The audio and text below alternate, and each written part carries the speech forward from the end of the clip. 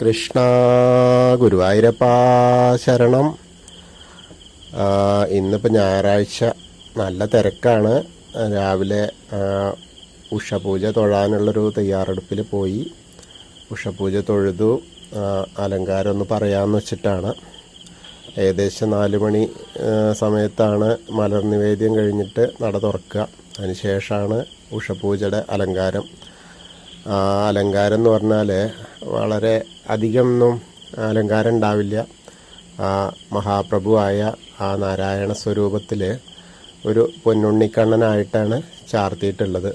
ഇന്നിപ്പോൾ ഒരു മഞ്ഞയും പച്ചയും കൂടിയും ഉള്ള ഒരു അങ്ങനെ അത് ഉടുപ്പ്, അതായത് എന്താ പറയുക, ചുറ്റിയിട്ടുണ്ട്. മഞ്ഞപ്പട്ട് ഞൊറിഞ്ഞ് ചുറ്റിയിട്ടുണ്ട്. പച്ച പട്ടുകൊണ്ട് അങ്ങനെ ഒരു ഞൊറിഞ്ഞ് ചുറ്റിയിട്ടുള്ള ആ ഒരു രൂപമാണ്. കാൽവളകളുണ്ട്, കൈവളകളൊക്കെ ഉണ്ട്. നല്ലൊരു മാല ഇട്ടിട്ടുണ്ട്. ചെറിയൊരു നെക്ലസ് പോലത്തെ ഒരു മാല ഉണ്ട്. പിന്നെ സ്വർണ്ണ ഗോപി ഉണ്ട്. അതുകൂടാതെ പീലിത്തിരി കൂടി നന്നായിട്ട് കെട്ടിയിട്ടുണ്ട്. മുഖം അങ്ങനെ ചന്ദനം കൊണ്ട് ചാർത്തിയിട്ടുണ്ട്. സാധാരണ ഈ ബാലാലങ്കാരമൊക്കെ ചന്ദനം കൊണ്ടാണ് ചെയ്യുക. അപ്പോൾ അത് നന്നായിട്ട് ഇങ്ങനെ ചാർത്തിയിട്ടുണ്ട്.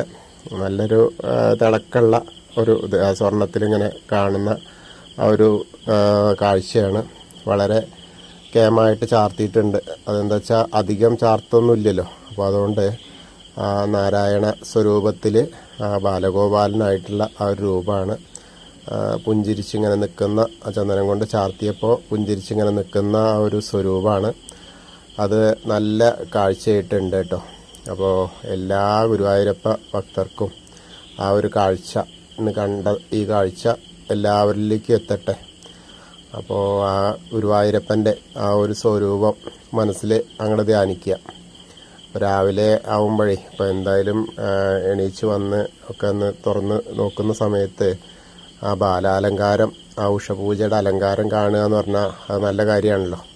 അപ്പോൾ എല്ലാവരും ആ ഗുരുവായൂരപ്പൻ്റെ ആ ഉഷപൂജാലങ്കാരമായ ബാലഗോപാലിനെ കാണുക, മനസ്സിലങ്ങനെ സങ്കല്പിക്കുക. ആ ഗുരുവായൂരപ്പൻ്റെ കടാക്ഷം കിട്ടട്ടെ.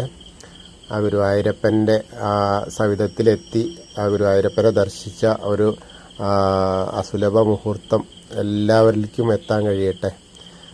എല്ലാവരും എന്നിലൂടെ അവിടെ എത്തി എന്നുള്ള ഒരു സങ്കല്പം ആവട്ടെ.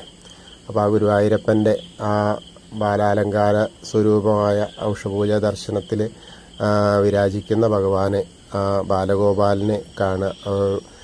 നല്ലൊരു ആ പൊന്നിൻ്റെ ഓടക്കുഴൽ കയ്യിലുണ്ട്. അങ്ങനെ നിൽക്കുന്ന ആ ഒരു വേണുഗോപാലനായിട്ടുള്ള അതാണ് കേട്ടോ. നന്നായിട്ട് കണ്ടോളൂ, നന്നായിട്ട് ദർശിച്ചോളൂ. കൃഷ്ണ ഹരേ കൃഷ്ണായ വാസുദേവായ ഹരേ പരമാത്മനെ പ്രണതക്ലേശനാശായ ഗോവിന്ദായ നമോ നമഃ.